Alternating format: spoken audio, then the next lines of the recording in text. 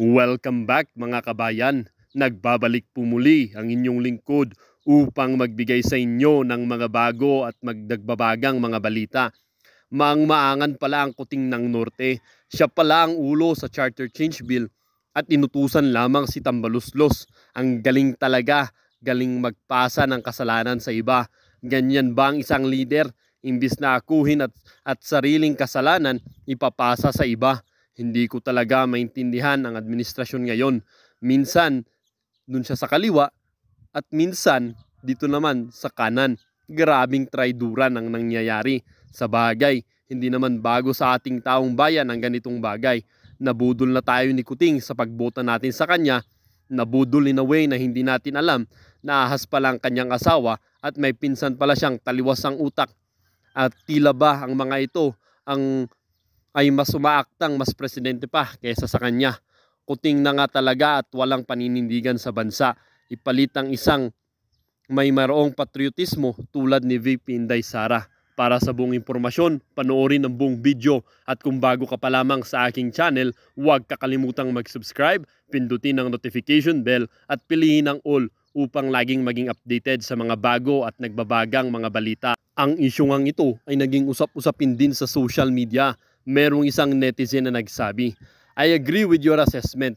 History will repeat itself. Naligwak ang tatay dahil sinikil at sinaid ang pasensya ng taong bayan. Kaya like sa paniniwala ko, as long na hindi nasasaid ang pasensya ng tao, hindi sila kikilos.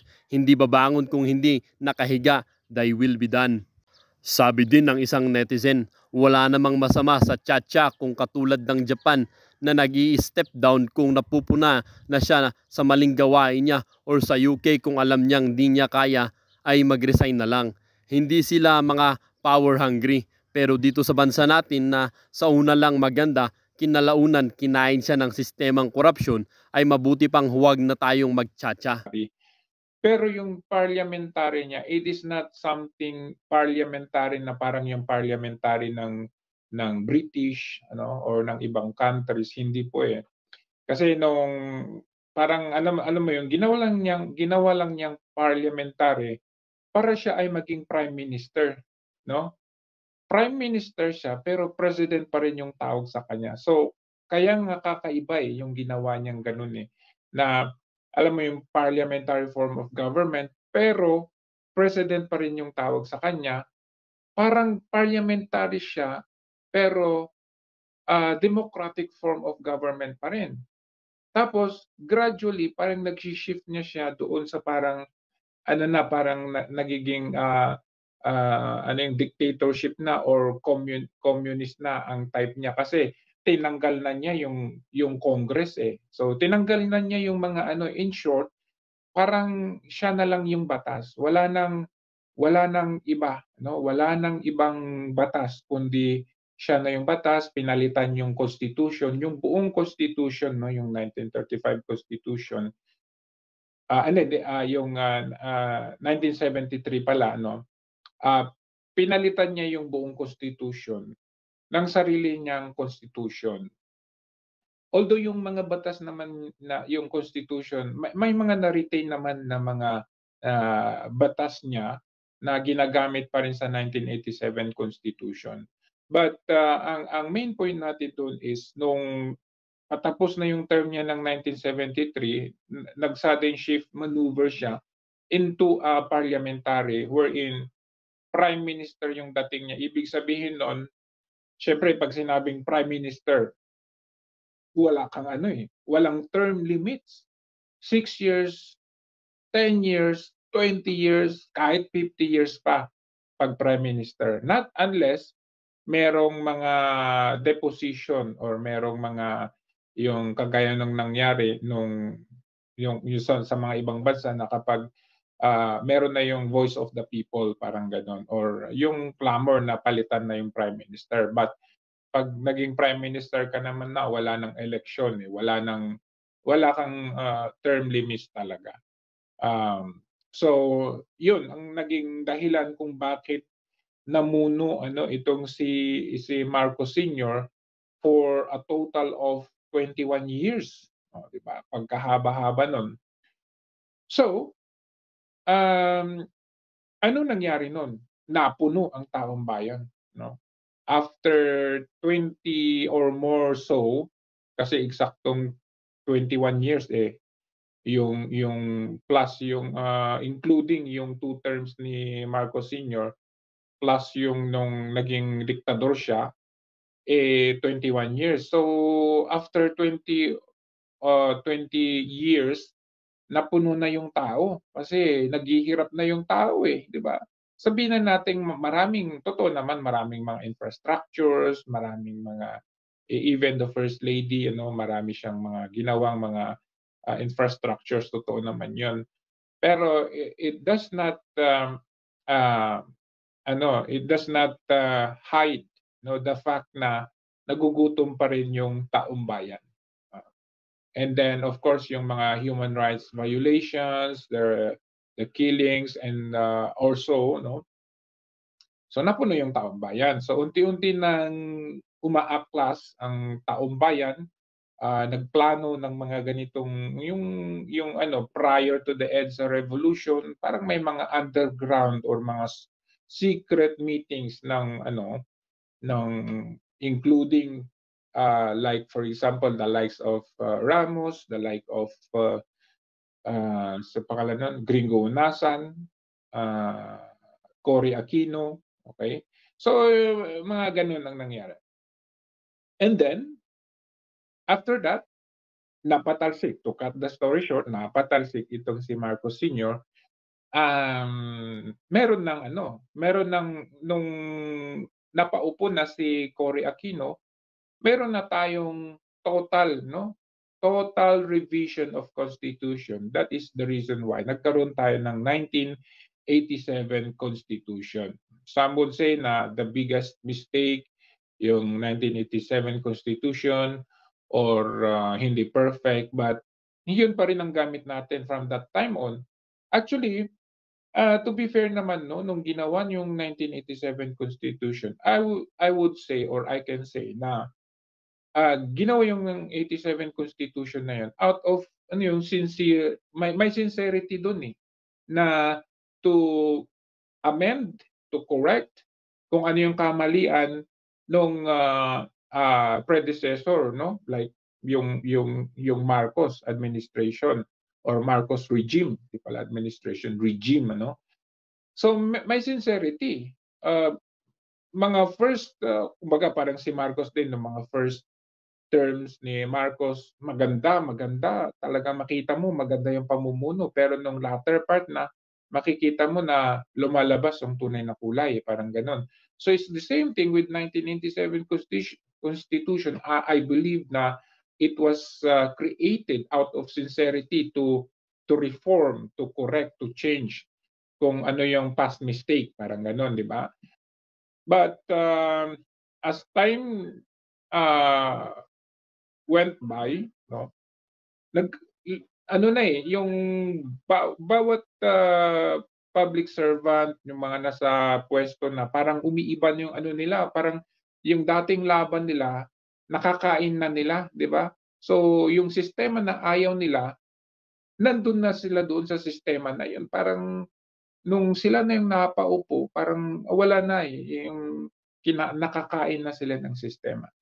So nung naging 1987 Constitution na tayo, yung shift from Prime Minister type or parliamentary type ni Marcos, ibinalik na natin doon sa democratic type sa atin, di ba? Yung ito ngang yung president na, binalik na yung Congress, yung House of upper and lower, the chamber, upper chamber and lower chamber, binalik na lahat yung mga dating constitutional rights natin. So binalik na lahat yon. May president na ulit, may vice president, may senators, may House of Congress. Nabalik na lahat. And then under Article 17 Section 2, doon sa 1987 Constitution. Take note, Article 17 Section 2. Napapaloob doon yung Constitution Constitution amendments. So ibig sabihin doon sa Article 17 Section 2 na 'yon, napapaloob doon na pwede kang mag-amend or pwede kang mag-revision ng Constitution. Ibig sabihin noon, yung 1987, pwede mong palitan, pwede mong i-amend doon sa article na 'yon. Okay? But kailangan noon ng proseso. Ano yung mga proseso 'yun? Via either, 'di ba nabanggit na 'yan CONCOT. Okay, pwede 'yon. Pwede mong palitan ang Constitution, napapaloob dun sa sinabi ko, Article 17, if I'm not mistaken, Article 17, Section 2. Okay? Either CONCON or ang tinatawag na Constitution Convention, if I'm not mistaken, or Constituent Convention, CONAS. Tama ba? CONAS, Constitution Assembly. Okay? Or yung pangatlo is yung maugong ngayon, yung People's Initiative. Alright? So ibig sabihin, itong dalawang ito, CONCON at CONAS, ito ay pagbobotohan noong chambers, the upper and chambers, yung legislative body natin, pagbobotohan nila yan. Pero itong People's Initiative na ito, it consists of taong bayan. Okay? Taong bayan. As indicated, itong People's Initiative na ito na pwede tayong constitutional revision or change, amendment through People's Initiative. Ano ba yung requirement? Yung People's Initiative na ito. Requirements, kailangan 12% ng kabuuan ng mga registered voters. Again, 12% ng kabuuan ng registered voters. So, ipagpalagay natin na ang registered voters ng 2022 is, if I'm not mistaken, is 65 million, no? So kung 65 million ang registered voters ng 2022, ano yung 12% nun? Okay?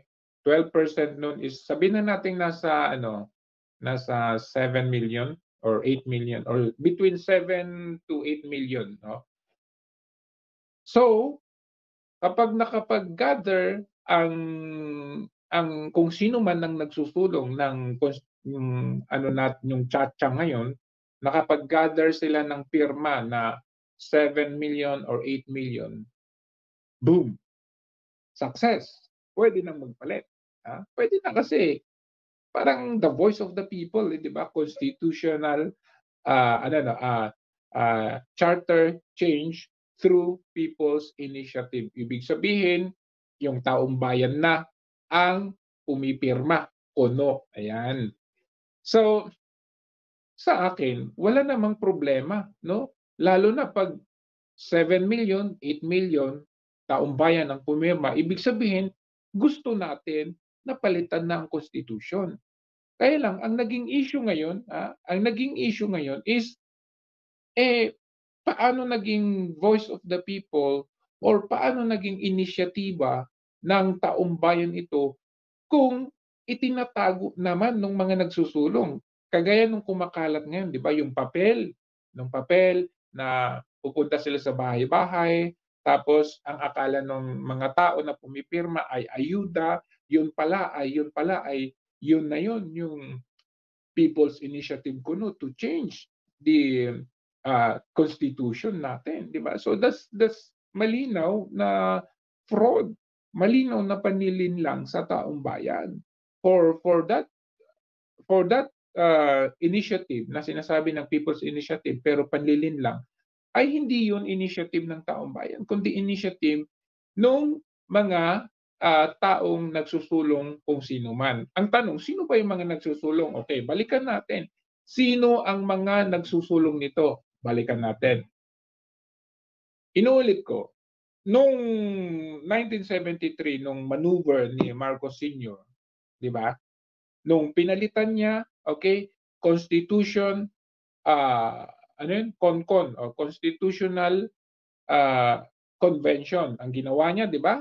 Kasi remember, CONAS People's Initiative. So hindi siya doon sa Constitutional Assembly, hindi siya doon sa People's Initiative, kundi doon sa Constituent or Constitution Convention ang ginawa ni Marcos Sr.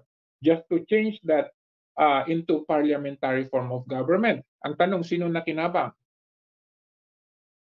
Okay? Sino nakinabang? Hindi si Marcos Sr. So, from the office of the president having the term limits, wala na siyang limits kasi naging prime minister ang dating niya. So, wala na. Tinanggal na yung term limits. Sino nakinabang? Yung president, which is si Marcos Sr. So, babalikin natin yung tanong natin dito. Sino ang makikinabang dito sa charter change? Kasi may mga nagsasabi si Tambaluslos, si Martin Romualdez. But going back to history, ang tanong natin, sino nakinabang nung nagkaroon tayo ng charter change or constitutional convention? Hindi ba si Marcos Sr.? Tingnan natin. After 1987, okay, napapaload dun sa charter change, which is yung, ulitin ko para matandaan natin, Article 17, Section 2. Okay?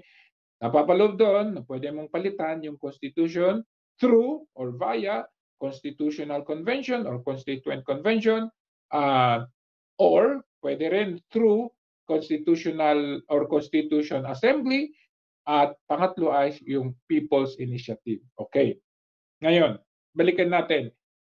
Noong nangyari yung 1987 Constitution, there were attempts to change the Constitution.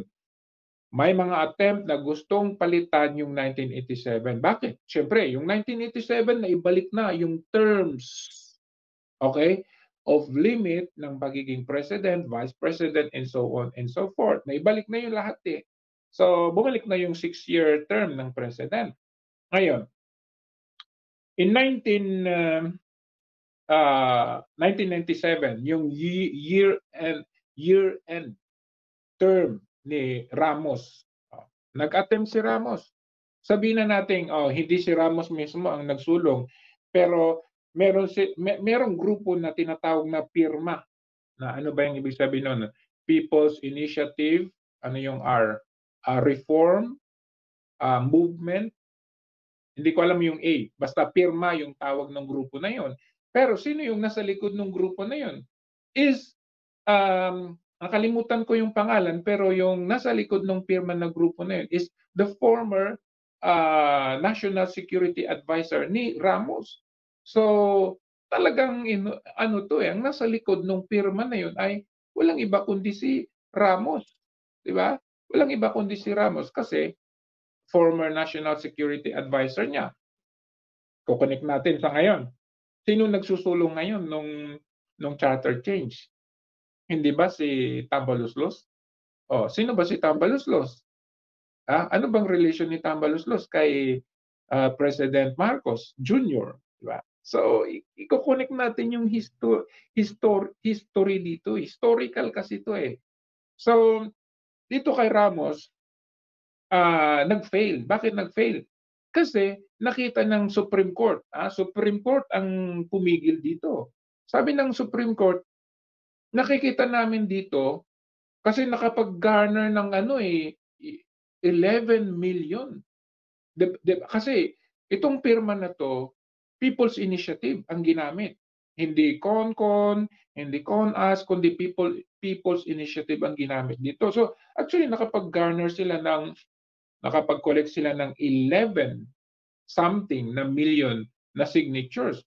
Pero binasura ito ng Supreme Court. Sabi ng Supreme Court, hindi ko makita na na-explain ninyo sa taong bayan kung ano ba talaga ang about dito sa constitutional or dito sa change na ito. Hindi ninyo na-explain ng masyado. Di ba? And kung titignan ninyo yung papel ngayon na kumakalat, na-explain ba sa atin masyado? Hindi. Bakit? Tayo ay nililin lang. Pinapipirma tayo via, ito, ayuda. So, ibig sabihin, kung noong araw, mababasura din ito. Kasi yung pirma ni Ramos, yung under pirma ni Ramos, ibinasura nung Supreme Court kasi nga hindi raw na-explain ng masyado sa taong bayan. Okay? So, failed kay Ramos. And then sumunod na nag-attempt, sino? Gloria. Okay? Hindi pa. Kasi 1997 si Ramos, year-end term, sumunod na naging president si Estrada. Nag-attempt din si Estrada. Okay? I think 1999 nung naging president na si Estrada, nag-attempt si Estrada, hindi ata People's Initiative yung ginamit niya, something like Concord. Di ba? Remember ninyo, Concord. Iba naman yung style ni Erap kasi ano yun, Constitution, basta Concord. Ewan ko na kung anong Concord yun. Pero nagpo-fall yun under CONAS. Nagpo-fall under Constitutional Assembly, which is ganun din. Ganun din yung dating nito. Nag-fail, ibinasura din ng Supreme Court. Supreme Court ulit ang nag-jump nito. Kasi, syempre, na parang ang sinasabi ng Supreme Court dito is parang hindi hindi na-explain ulit ng masyado kung ano yung Concord, ano yung change na gustong mangyari. So kay Estrada nag-fail. 2006 if I'm not mistaken. Okay? Nag-attempt naman si Gloria. Nag-attempt naman si Gloria Arroyo 2006 or 2005 yun. Through People's Initiative naman kay Gloria Arroyo. And the same thing, nag-fail din si Gloria Arroyo. The same thing. Dumating si Duterte. Dumating si Duterte. It is not actually attempt kay Duterte, no? Hindi siya attempt, but it is something like pinramis ni Duterte prior to running into presidency, ano. Ang promise niya ay federalism. Ayun yung promise niya sa atin. But yung federalism na yun, inexplain ng maigi sa atin. Sino nag-explain? Walang iba kundi si President Duterte. Nag-ikot siya sa Pilipinas at pinag-i-explain niya paano ba yung federalism. I-explain ko sa inyo ulit. As a summary, federalism is kung dati may central form of government tayo, federalism, nabibigyan na ng power yung bawat local government units. For example, kung dati merong isang bahay, ang aircon nakasentro lang sa sala, tapos papasok sa mga rooms. Ano? Ngayon sa federalism, hindi lang salang may aircon, bawat rooms may aircon na. So ibig sabihin, may kanya-kanyang power yung bawat rooms, ano? May enjoy ng bawat rooms yung aircon. Kung dati centralized yung aircon, ngayon sa federalism ay lahat ng rooms may aircon na. Therefore, lahat ng rooms makaka-enjoy na nakakasagap ng aircon on their own. So parang sa Amerika, pagalingan sila ng pagandahan sila ng state. New York, California, bawat state, Las Vegas, mga ganon, di ba? Pagandahan sila. Kung ano yung bawal dito, pwede dito. Kung dito, pwede yung vape, doon hindi pwede. So parang pagandahan. So na-explain sa atin masyado na ng bonggang-bongga yung federalism. Kaya natin nagustuhan si President Duterte at that time kasi yun yung kanyang pinangako sa atin na kapag ako naupo, isusulong ko yung federalism. Hindi niya sinabing charter change, but the same thing. You are going to change the Constitution. So that is still a charter change. So yun ay hindi attempt, but yun ay pinangako sa atin. Kaya nagustuhan natin. But of course, syempre, andun pa rin yung fear, ano? Andun pa rin yung fear na historically na kapag may charter change, natatakot tayo baka magkakaroon ng the lifting of term limits.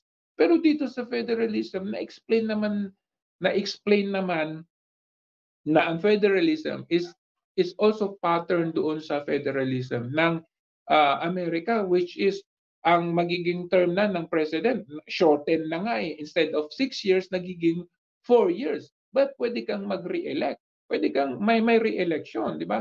So ibig sabihin, ngayon, tatakbo akong president, 4 years lang. After ng term ko ng 4 years, pwede ulit akong tumakbo. So that would, if mananalo ko twice, I will have a total of 8 years being the president.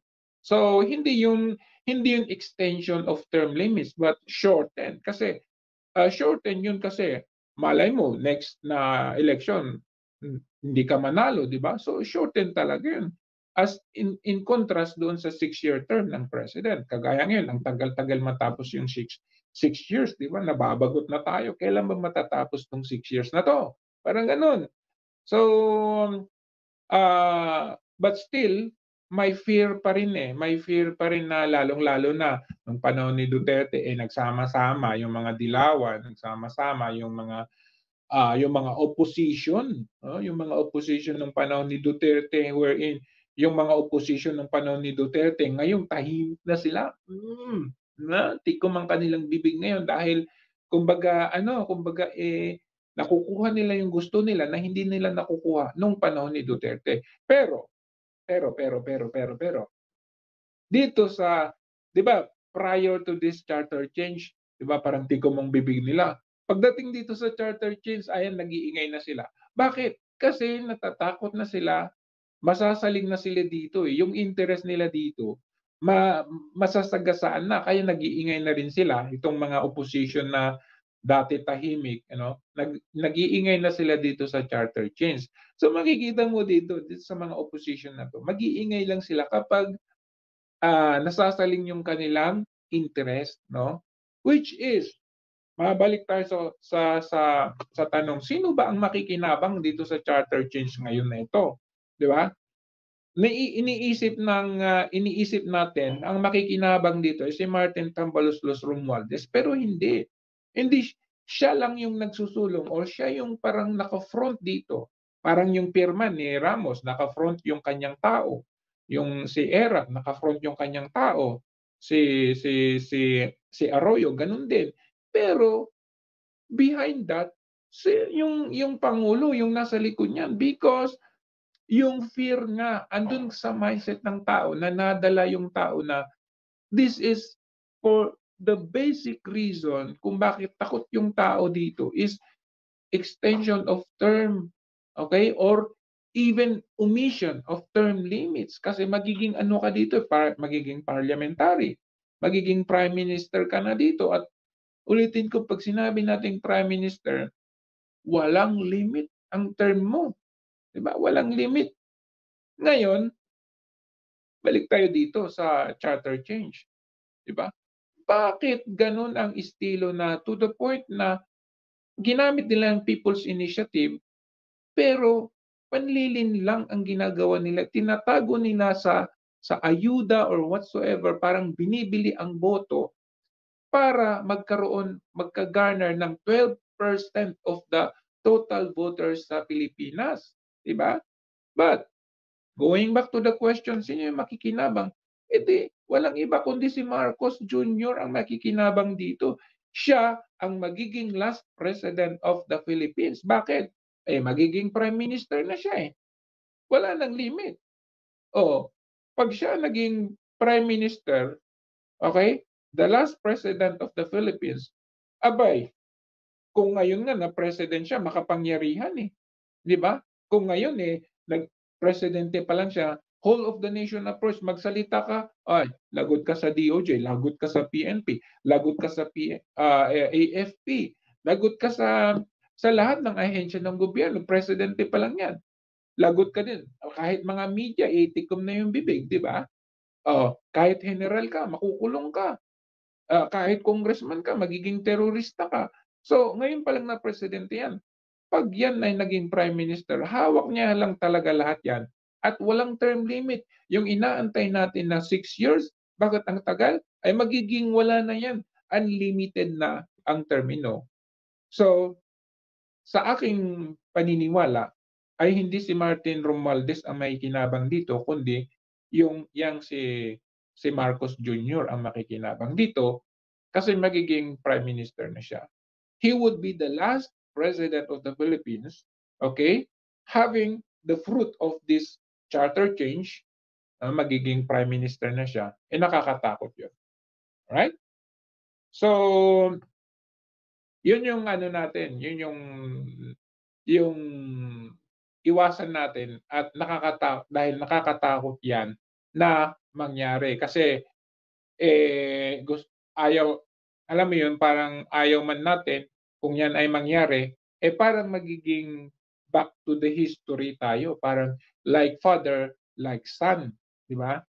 Well, the father has something na offer sa atin na natatamasa natin ngayon, okay?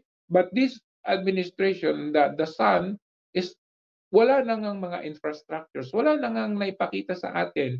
Okay, all of those sinasabi na wala na, drug-free na tayo, halos 90% na kumpleto na yung mga infrastructures natin, halos those are all delusional kasi sinasabi na okay na tayo, yung peace and order natin, wala na tayong drug problem, okay na yung economy natin, yung mga investors natin. But literally, yung mga common tao hindi naman nararamdaman. Yung mga yan na sinasabi na eto mga datos, mga data lang yan. Mga, kumbaga, pwede mong i-manipulate yung mga datos na yan. Binabasa mo lang yan, eto yung achievements ngayong taon. But kung pumunta ka sa grounds, nararamdaman ba yan ng taong bayan? Nung panahon ni Duterte, wala siyang binabasang mga ganyan na eto na 90% achieve na, wala siyang binabasang mga datos na mga ganyan. Pero ramdam na ramdam natin yung big change, no? Yung sudden, yung parang Sa napanood niyong video mga kabayan, ano naman po ang inyong mga opinyon? Ang ating comment section ay bukas para sa inyong mga komento at reaksyon. Huwag kakalimutan, do not let your thoughts left unspoken. As citizen of this country, your opinions matter. Huwag pong mahihiyang magbigay ng inyong mga saloobin, mga kabayan.